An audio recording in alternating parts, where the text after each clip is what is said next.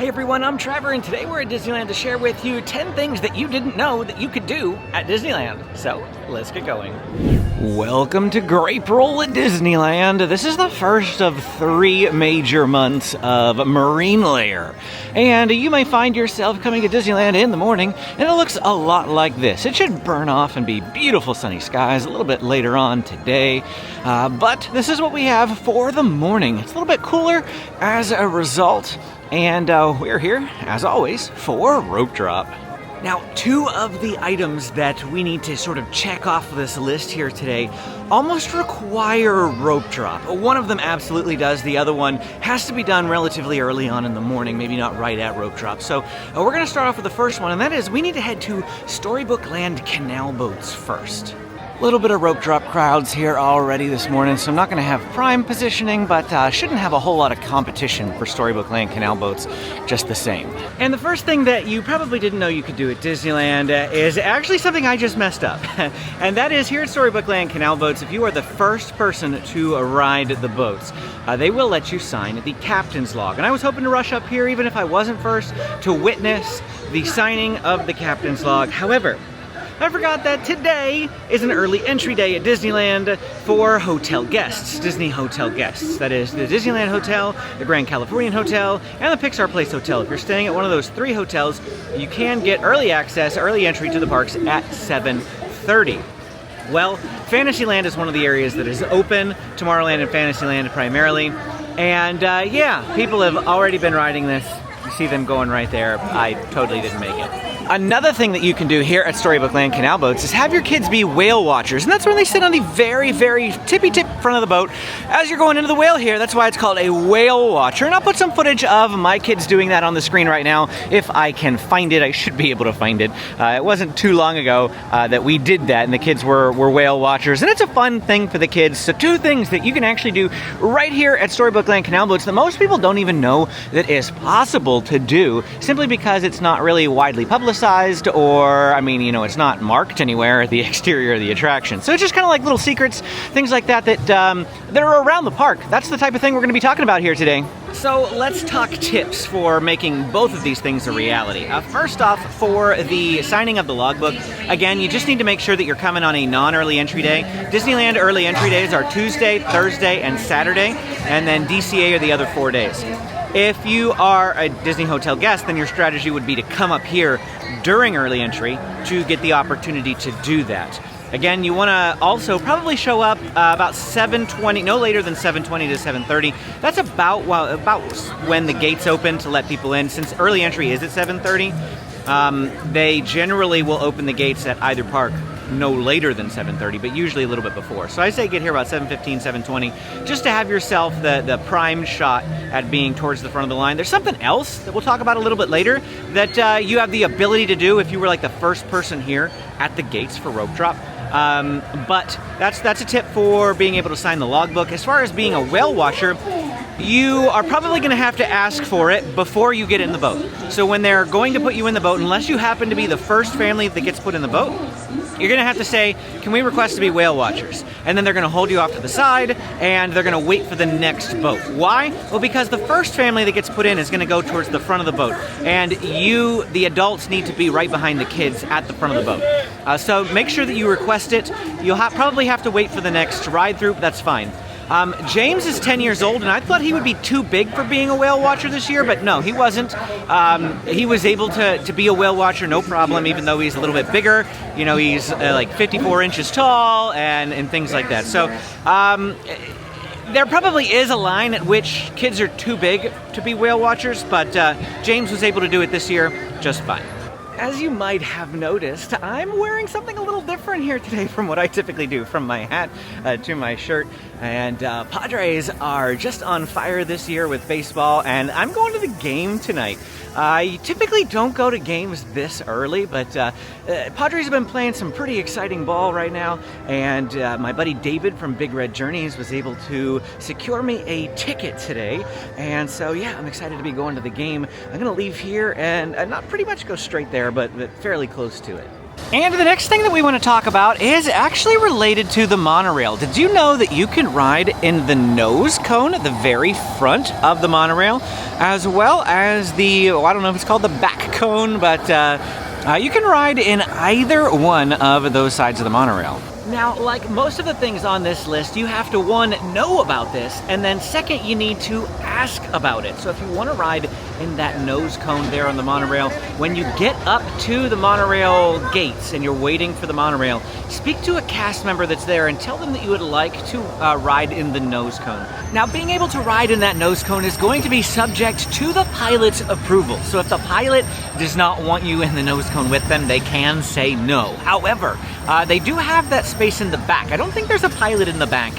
Amy has ridden in the back cone, the back nose cone before. I've ridden in the front with the pilot, but I don't know if there's actually a pilot in the back. Usually these can be driven both ways, which is why there's a nose cone back there as well. But it's perhaps there isn't a pilot back there when it's only going the one direction, of course. And so there may not be one in the back and you might be able to ride in the back. But the point is that you're not guaranteed the ability to ride in the nose cone. Make sure that you ask for it, but don't expect to be told yes. But it definitely does not hurt to ask, and you'll definitely never end up in the nose cone if you don't ask. So that's how you ride in the monorail nose cone. Now this next one isn't something that you can plan. It's more happenstance, more random luck, but it is possible, and I want you to know that it's possible. And that is over here at the Mad Tea Party. You can actually ride the teacups with the Mad Hatter and Alice. Yes, the characters at Disneyland ride the rides with the guests. And that's not something that is unique to just this attraction. There's another one that does it as well, which we'll talk about in a little bit. I have seen characters ride rides at Walt Disney World. However, they have been by themselves. They haven't been with guests, so characters ride with guests here at Disneyland. I've seen guests plenty of times ride with the Mad Hatter and Alice. But again, I have no idea when that takes place, but it does happen occasionally. So if you see the Mad Hatter and Alice around in this area, maybe you could ask them, hey, can I ride the teacups with you? Doesn't hurt to ask. That's gonna be the mantra for this video. It doesn't hurt to ask. And that other attraction that does allow characters to ride with guests is right here. This is King Arthur Carousel, and you will often find Mary Poppins, Bert, and the Pearly Band riding on the carousel. And that's right over here at King Arthur Carousel. Again, characters riding rides with guests. I don't remember if I said it. I know, very short-term memory, but the ones that I saw characters riding at Walt Disney World were Aladdin and Jasmine on the Magic Carpets of Aladdin. And Aladdin and Jasmine had their own ride vehicle, like they were going over, soaring over and under to a whole new world. This next one is perhaps a little bit more well-known, but did you know you can go inside Sleeping Beauty Castle? It's right over here, Sleeping Beauty Castle walkthrough experience, and we're gonna head inside now. And here in the walkthrough experience, you will find a storybook retelling of a Sleeping Beauty, and not just storybook retellings, but you are going to see dioramas, and we'll show you those in just a moment. There are stairs. The only way to navigate this is with stairs, so if you're not able to do stairs, we'll talk about an alternative for you in just a moment. But here is one of those dioramas that we just mentioned. They've got dioramas like this all throughout Sleeping Beauty Castle as you walk around and again see the story of Sleeping Beauty being told through these dioramas as well as these little storybooks.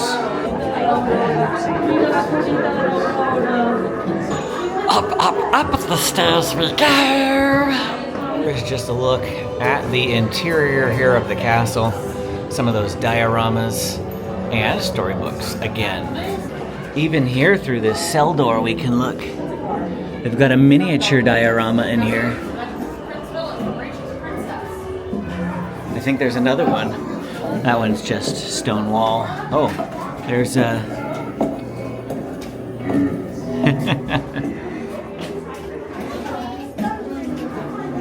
And then we head back down. Some of these dioramas are really well done. And this one here is quite possibly the largest one. It's a full window. And then it looks down over this courtyard. But my favorite one is right here, I believe.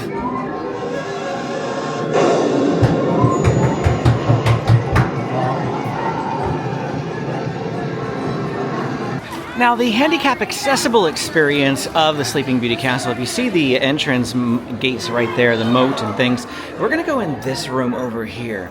And it is in here that you can generally find the movie playing on the wall. It's not right now, but they generally do have the handicap accessible experience in here. There we go. It's starting right now. So you just wait a little bit and it will get started.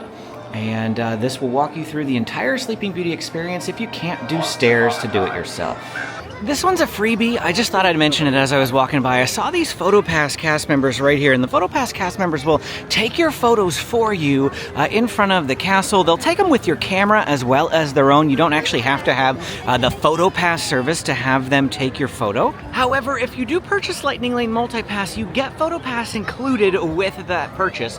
You can additionally just purchase Photopass separately, individually, and only one person needs to purchase Photopass for your entire party, and then just use that person to continue to scan whenever you do those Photopass experiences. But there is something called magic shots, and if you want to see all of the magic shots that I enjoyed here at Disneyland whenever I did my Photopass video, I will link to that at the end of this one. I'll put a thumbnail picture right here. You can't click it right now because this video is not over, but that's what it looks like if you want to go looking for it. A Photopass tips, and it will show you all the different magic shots, and that's where they basically take a Disney character and they digitally create them in your photo. It's really fun, but when I made that video, a lot of people expressed they had no idea that you could ask for magic shots. Once again, you sometimes have to ask for it. Now, the cast members, on occasion, will prompt you to get a magic shot without asking, but I found to be the case that I needed to say, hey, do you have any magic shots? I had to specifically ask for them. So again, things that you have to ask for here at Disneyland, but that they do provide.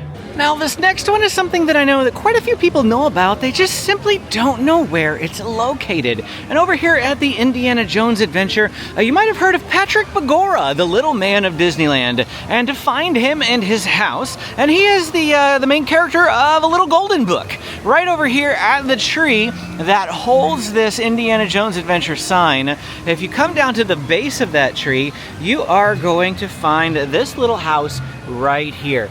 And you can see that's Patrick Begorra's house. But what's really special is if you come check out this house at Christmas, his house is all decked out for the holidays. So they even decorate this little house. So definitely come and check out the little man of Disneyland here at the tree just outside of Indiana Jones Adventure. And these next two items are perhaps a bit more widely known, but some folks are probably not going to be aware of it, and so I just thought I'd share them anyway.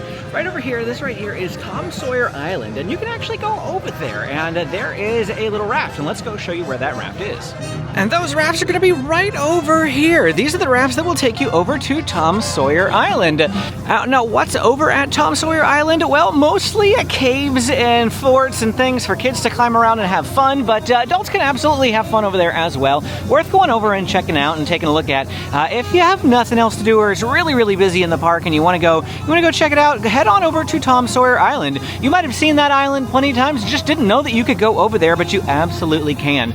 Additionally, over here is the sailing ship Columbia, and we've been running some polls on YouTube to find out what rides are the best rides at Disneyland and the worst rides. And a lot of people just don't seem to know that you can even ride on the sailing ship Columbia. It's often docked over here, and that's probably why, but occasionally you can ride on the sailing ship Columbia. And in the bottom portion of that boat, you can actually go down in there, and there is an actual museum down in there. It's really cool to take a look at. If you ever see the sailing ship Columbia in operation, absolutely go check it out so that you can go check out that the museum. It got tongue-tied there. Museum there at the bottom of the Columbia. It really is worth taking a look. Now, we just saw the Mark Twain Riverboat pull up to the station, and we are going to attempt to do something that is not guaranteed. I feel like I'm saying that a lot too. This is not guaranteed, or somebody else might beat us to it, but we're going to attempt to ride up in the captain's wheelhouse. And they have a logbook up there, I believe, that you can sign as well and get your pilot's license. So I did just talk to the cast members here at the Mark Twain Riverboat, and the one who was down at the bottom, like letting guests in, or rather just at the bottom whenever I first approached. The ride wasn't open yet. It's supposed to open at 9, but sometimes it's delayed, so it's opening at 9:15, 9:20 today. And there was a cast member down here, and I asked her, and she said that if she were in the wheelhouse, she would absolutely let me up there, but she wasn't sure if she would be. Well, she got put somewhere else, And I still asked her if she knew whether I could go up in the wheelhouse or not. And she said that the current person in the wheelhouse does not want anybody up there with them. And so I absolutely understand that, because it's a lady, and you know, they might feel uncomfortable, that sort of situation. So I'm not begrudging them whatsoever. I do want to also share some other tips and things that maybe I should discourage you on. But the cast member that I was talking to said that when she first took this position, one of her fellow cast members gave her a word of warning and said that be hesitant about letting any couples by themselves, any couples up into your wheelhouse. And she said that because they've had situations before where the guy has proposed and the girl has said no. And it's led to a very awkward trip, because once you are up in that wheelhouse, if you get let up into the wheelhouse, you are locked into that wheelhouse for the entire duration of the trip. You can't just go up, take a look, and come down. So there's just some thoughts, some tips if you want to check out the wheelhouse up here at the Mark Twain Riverboat. It is something that you're going to have to ask. They can say no, and once you are in there for the whole trip. You know, I forgot to mention earlier that another ride that characters will often go on with guests is actually the Mark Twain Riverboat itself. I've seen Tiana on the Mark Twain with guests before, so there's another ride where characters ride with guests. When you first come under the tunnel, the bridge area here after scanning into the park, right off to the left-hand side is this little booth, and this is the guided tours area. This is right next to City Hall, City Hall being right there. This is like guest services at Disneyland, so that's where the guided tour check-in booth is. And perhaps something that you might not have known that you can do here at Disneyland is actually go up into Walt's apartment. This apartment right up here, you see that little lamp in the window? This is the firehouse. This is right next to Town Hall and that guided tour area. Right up there is actually an apartment, and Walt Disney lived there. He had that built so that he could oversee the construction and the building of the park without having to commute all the way back to his house. And so he lived up in this apartment during the construction of Disneyland, and then later on, after Disneyland was built, he used it as kind of like a place to rest and relax throughout the day. His family would go up there, he might take some phone calls, run some business from up there. And this is Walt's apartment. And you can actually go up inside Walt's apartment, experience the place where Walt lived, and experience a bit of Disney history. And that's all part of the Walt's Main Street Story guided tour. They might change the name from time to time to something else, but there's usually a tour, a guided tour that you can pay for. It's, I don't know, somewhere in the $100 to $130 range per person. And you can go up there into Walt's apartment and actually see Walt's apartment. And that's it for our time here today at Disneyland, sharing with you some things that you probably didn't know that you could do. If you enjoyed this video, don't forget to hit that like and subscribe button. And if you want to check out some other expensive type things at Disneyland that are actually worth the money, click this video to keep watching. Thanks for watching, and we will see you again next time.